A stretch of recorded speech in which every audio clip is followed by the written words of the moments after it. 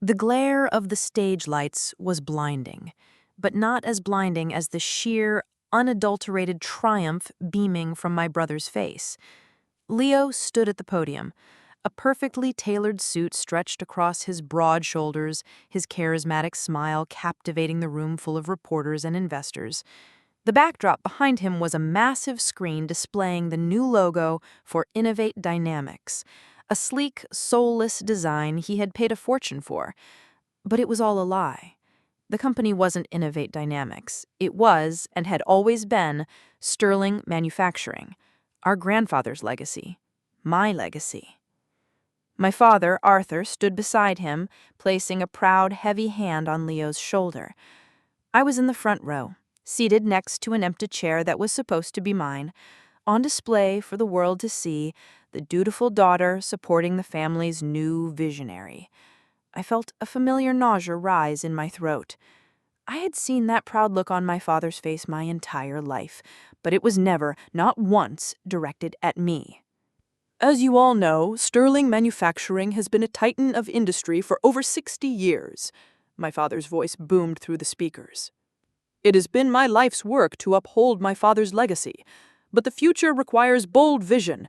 It requires a leader who is not afraid to break from the past to embrace the future. That is why today it is my immense pleasure to announce that my son, Leo Sterling, will be succeeding me as the new CEO of this company. The room erupted in applause. Cameras flashed, creating a strobe effect that made my head spin. Leo raised a hand, basking in the glow of the adoration he had done absolutely nothing to earn. He leaned into the microphone, the picture of modern corporate success. Thank you, Dad. And thank you all. My father built a rock-solid foundation. Now it's time to build a rocket ship on top of it. We will be divesting from our legacy manufacturing assets and pivoting aggressively into the AI integration space. It's a new era, a new Sterling. The blood drained from my face. Divesting. He was going to sell the factories, the machines, the people, the very heart and soul of the company my grandfather had built with his bare hands. He was going to burn it all down to fund his latest tech fantasy, and my father was going to let him. I had spent the last 15 years of my life in those factories, learning every nut, every bolt, every process. I had saved the company from the brink of bankruptcy while Leo was off finding himself in Bali. And my reward was to sit here and watch him be crowned king on the throne that I had built, just so he could chop it up for firewood? It's a special kind of invisibility, the kind you only experience when you're standing in someone else's shadow. Have you ever poured your entire soul into something only to watch someone else step in and take all the credit? It's a theft of not just your work, but of your worth. Let me know where you are watching this from in the comments below. If you've ever felt unseen or undervalued, please like this video and subscribe. This is a community for those of us who know what it's like to have to fight for the recognition we deserve. To understand the cold fury that was coursing through my veins in that sterile conference room, you need to understand the Sterling family dynamic. It wasn't just business, it was personal. From the moment we were born, Leo and I were cast in our roles. Leo, older by 2 years, was the heir apparent. He was charming, handsome, and effortlessly popular. He had vision. He could talk his way into or out of anything. He was a firework, dazzling and brilliant for a few moments before spectacularly fizzling out. I was the opposite. I was quiet, studious, and methodical. I didn't have Leo's charm. I had my grandfather's stubborn persistence. While Leo was the captain of the football team, I was in the library.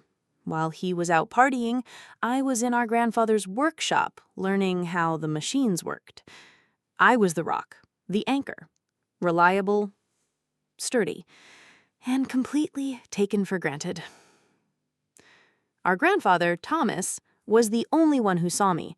He founded Sterling Manufacturing after the war, building it into a respected name in industrial parts. He loved the smell of machine oil and the hum of a well-run factory floor. He saw the same passion in me. "Your brother has his head in the clouds, Amelia," he'd tell me, his voice a gravelly rumble. "That's fine for a dreamer, but you have your feet on the ground. That's what it takes to build something that lasts." He passed away when I was 19, leaving the company to my father, Arthur, and my father only had eyes for his son. In his mind, Leo was the charismatic leader the company needed, and I was the sensible girl who would work in the background to make sure he looked good. I went to college, got my degree in mechanical engineering and an MBA, and came straight back to the family business, just as I had always planned. I started on the factory floor, learning every single job. I worked my way up to floor manager, then head of operations. I loved it. I loved the people, the tangible product we created. I was good at it. Under my management, efficiency increased by 30%. I implemented new safety protocols that became the industry standard. I knew the name of every person on the line, their spouses, their kids. It was my family. Leo, meanwhile, flitted from one failed venture to another, all funded by my father. There was the art gallery that closed in 6 months, the experiential travel company that ended in a lawsuit, the artisanal kombucha brand. Each time he failed, he would return home, tail between his legs, and my father would welcome him with open arms and an open checkbook. "He just needs to find his passion, Amelia," my father would say, dismissing my concerns about the money. "His creativity is his greatest asset."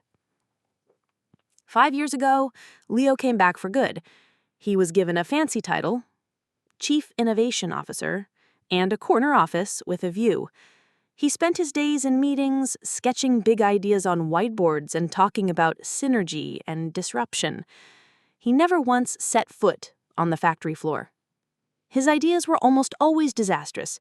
He initiated a company-wide rebranding that cost $500,000 and resulted in a logo that looked like a confused pretzel. Our oldest clients hated it. I was the one who had to call them personally to smooth things over. He launched a marketing campaign targeting Gen Z for industrial ball bearings. It was a catastrophic failure.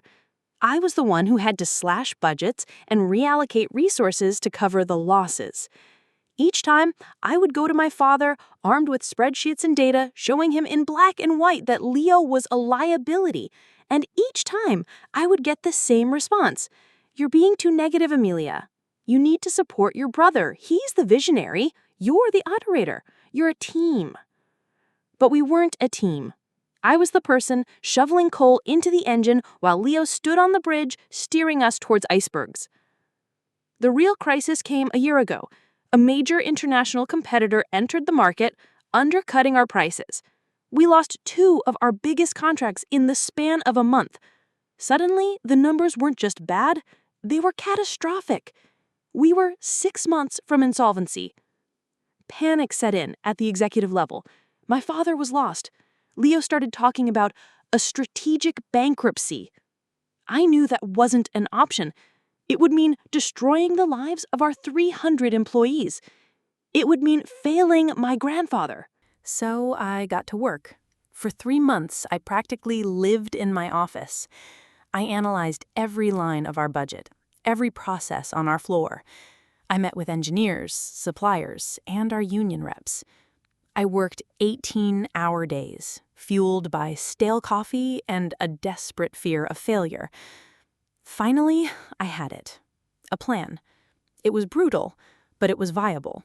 It involved renegotiating our supply contracts, investing in a new line of high-margin specialty parts, and a temporary company-wide pay cut for management, starting with me. It was a 5-year plan that would be difficult and painful, but it would save the company. It would save our people's jobs. I scheduled a meeting with my father and Leo. I laid out the entire 80-page proposal. I walked them through the data, the projections, the sacrifices. My father was silent, his face grim. Leo, however, was practically vibrating with excitement.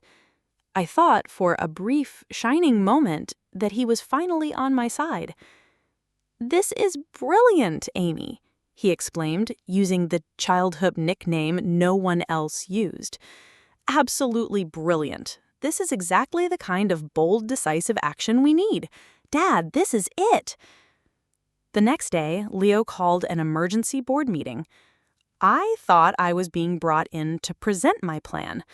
I walked into the boardroom and found Leo standing at the head of the table, using my slides, my data, my words. He presented my entire plan as if it were his own idea from the very beginning. He never once mentioned my name. I watched, stunned into silence, as he captivated the board. He used his charm and his charisma to sell my painful, meticulous work as a stroke of visionary genius. His visionary genius. When he was done, the room gave him a standing ovation. My father looked at me and winked, as if to say, "See, this is what a leader looks like." The betrayal was so profound, so complete, it left me breathless. He hadn't just stolen my plan, he had stolen my voice. The board approved the plan unanimously.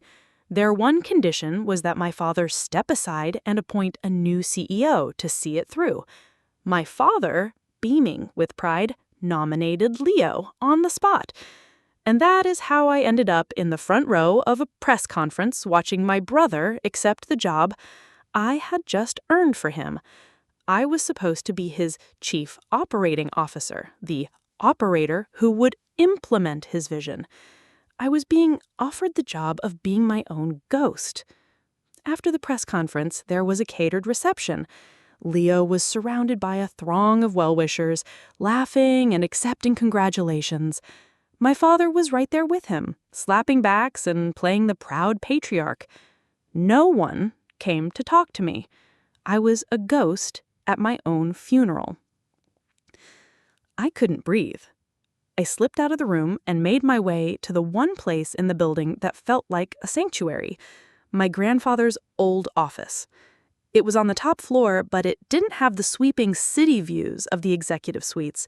It overlooked the factory floor, the humming heart of the company. It was used for storage now, filled with old filing cabinets and dusty boxes of his personal effects. I sat down in his old leather chair, the cracked leather sighing under my weight. I felt utterly defeated. I had given everything to this company. I had sacrificed my personal life, my 20s, my energy, all for a legacy that now belonged to a charlatan. I was ready to just walk away, to quit, to let Leo run it into the ground just to prove I had been right. But then I looked at the factory floor below, at the men and women who had worked here for decades, and I knew I couldn't abandon them. My eyes fell on a large, black, formidable-looking safe tucked in the corner, a relic from a pre-digital age. My grandfather had told me once that it held the company's original sins and its secret weapons. He had given me the combination years ago, telling me to only open it if I was ever in a fight for the soul of the company. It seemed a bit dramatic at the time. It didn't seem dramatic anymore. My fingers, trembling slightly, turned the dial. Left, right, left. The heavy door swung open with a deep groan. Inside, it was a time capsule. Old ledgers, stock certificates, and a single thick leather-bound folder tied with a faded red ribbon. The label on the folder simply read, Gable. I didn't recognize the name. I opened the folder. Inside were the original partnership documents for Sterling Manufacturing, dated 1955, and there were two names listed as equal co-founders, Thomas Sterling and Arthur Gable. My blood ran cold. I had never heard of Arthur Gable. My grandfather had always been portrayed as the sole founder, the lone genius. I kept reading. The documents told a story. Gable was the engineering genius, the one who designed their first revolutionary machine. My grandfather was the business mind, the salesman. They were a perfect team. But then the documents shifted. 5 years in, there was a buyout agreement. My grandfather was buying Arthur Gable's 50% stake for a fraction of its worth. It looked brutal, hostile. It looked like my grandfather had forced his partner out. I felt a pang of shame. But then I found it. The twist. Tucked into the very back of the folder was a handwritten addendum, signed by both men and notarized. It was a poison pill clause. Gable had clearly known my grandfather was ambitious. He had agreed to the buyout on one very specific condition. Because the manufacturing process and the factory itself were his life's work, he had insisted on a clause to protect them. The clause stated that if the core business of Sterling Manufacturing, the physical factories and their primary product lines, were ever sold, liquidated, or otherwise divested, the original partnership agreement would be reinstated. His 50% ownership stake would be passed to his estate, effective immediately. I sat there in the dusty silence, my heart pounding in my chest. This wasn't just a document, it was a bomb. Leo's entire plan, the one that had just won him the CEO position, was to sell the manufacturing assets. The moment he signed that paperwork, 50% of our entire company, including the cash from the sale, would no longer belong to us. It would belong to the Gable family. I grabbed my laptop. My hands flew across the keyboard. I searched for Arthur Gable. He had passed away 10 years ago, but he had one child, a daughter, and that daughter had a daughter, a granddaughter. Her name was Evelyn Gable, and Evelyn Gable was a senior partner at the most ruthless corporate law firm in the state. I stared at her picture on the firm's website. She had sharp, intelligent eyes and a smile that said she didn't suffer fools. I picked up my phone. I had my secret weapon. I had my grandfather's final gift to me, and I was about to go to war. The next 2 days were a blur of clandestine activity. I met with Evelyn Gable in a discreet coffee shop far from the downtown core. I laid the folder on the table between us. She read the documents in silence, her expression unreadable. When she finished, she looked up at me, and for the first time, a slow, predatory smile spread across her face. This is the most beautifully vindictive piece of legal writing I have ever seen, she said, her voice a low purr. Your grandfather was a shark. My grandfather was a genius. It seems they both knew how to protect their creations. What do you want, Ms. Sterling? I want to save my company, I replied, and I want to honor the legacy of both our grandfathers. We spent the next 48 hours with her legal team, drafting our strategy. It was perfect. We weren't going to warn them. We weren't going to negotiate. We were going to let Leo walk right up to the edge of the cliff, and then we were going to give him a gentle push. The day came. Leo had convened a final shareholder meeting to ratify his new corporate strategy and the sale of the assets. It was a formality as our family held the controlling interest. The atmosphere in the boardroom was celebratory. Leo was in his element, holding court, talking about stock options and valuations. My father looked happier than I had ever seen him. I sat quietly in my designated chair, my face a neutral mask. I watched as they signed the resolutions as they passed around the pens. The final document was the asset sale agreement with a private equity firm. It was a deal worth 9 figures. It was the document that would trigger the poison pill. The buyer's representative signed. The company's lawyer pushed the document in front of Leo. Just your signature here, Mr. Sterling, and it's a done deal. Leo picked up the pen, a flourish of dramatic importance. Just as the nib was about to touch the paper, the boardroom doors opened. I stood up. I believe you'll want to hold off on that. Every head turned towards the door. In walked Evelyn Gable, flanked by 2 of her partners. She looked like a general leading an army. She placed her briefcase on the table with a solid, definitive thud. "Who are you?" my father demanded, his face clouding over. "My name is Evelyn Gable," she said, her voice cutting through the stunned silence. And my grandfather was your father's original partner. You are all sitting in a boardroom that is, for all intents and purposes, half mine. What followed was the most beautiful, methodical destruction I have ever witnessed. Evelyn laid out the original partnership agreement. She presented the buyout. And then, with the flair of a master performer, she revealed the poison pill addendum. She explained in calm, excruciating detail that if Leo put his name on that piece of paper, he would instantly and irrevocably sign away 50% of the company's value to her. The private equity firm would be in business with the Gable estate, not just the Sterlings. The color drained from Leo's face. The pen fell from his fingers, clattering onto the table. The buyers looked, horrified, their own lawyers frantically whispering in their ears. My father looked like he had been punched in the gut. He stared at me, his eyes wide with a mixture of confusion and dawning horror. "Amelia, what is this?" he stammered. "This is due diligence, Dad," I said, my voice cold and steady. "It's the kind of work a real CEO does before they bet the entire company on a whim. Leo's vision was to sell the heart of this company without even bothering to read its founding documents. His first act as CEO would have been to bankrupt us." I turned to the rest of the board. "I have spent 15 years of my life learning this business. I have a plan to save it. A real plan that doesn't involve destroying our grandfather's legacy. You have a choice to make. You can stick with the visionary who almost gave away half the company, or you can choose the person who just saved it." The silence that followed was absolute. Leo was exposed, a fraud in a fancy suit. My father was humiliated. His blind favoritism laid bare for all to see. The fight was over. I had won. The aftermath was swift and brutal. The deal with the private equity firm collapsed in spectacular fashion. The board of directors called an emergency session that evening. Leo and my father were asked to recuse themselves.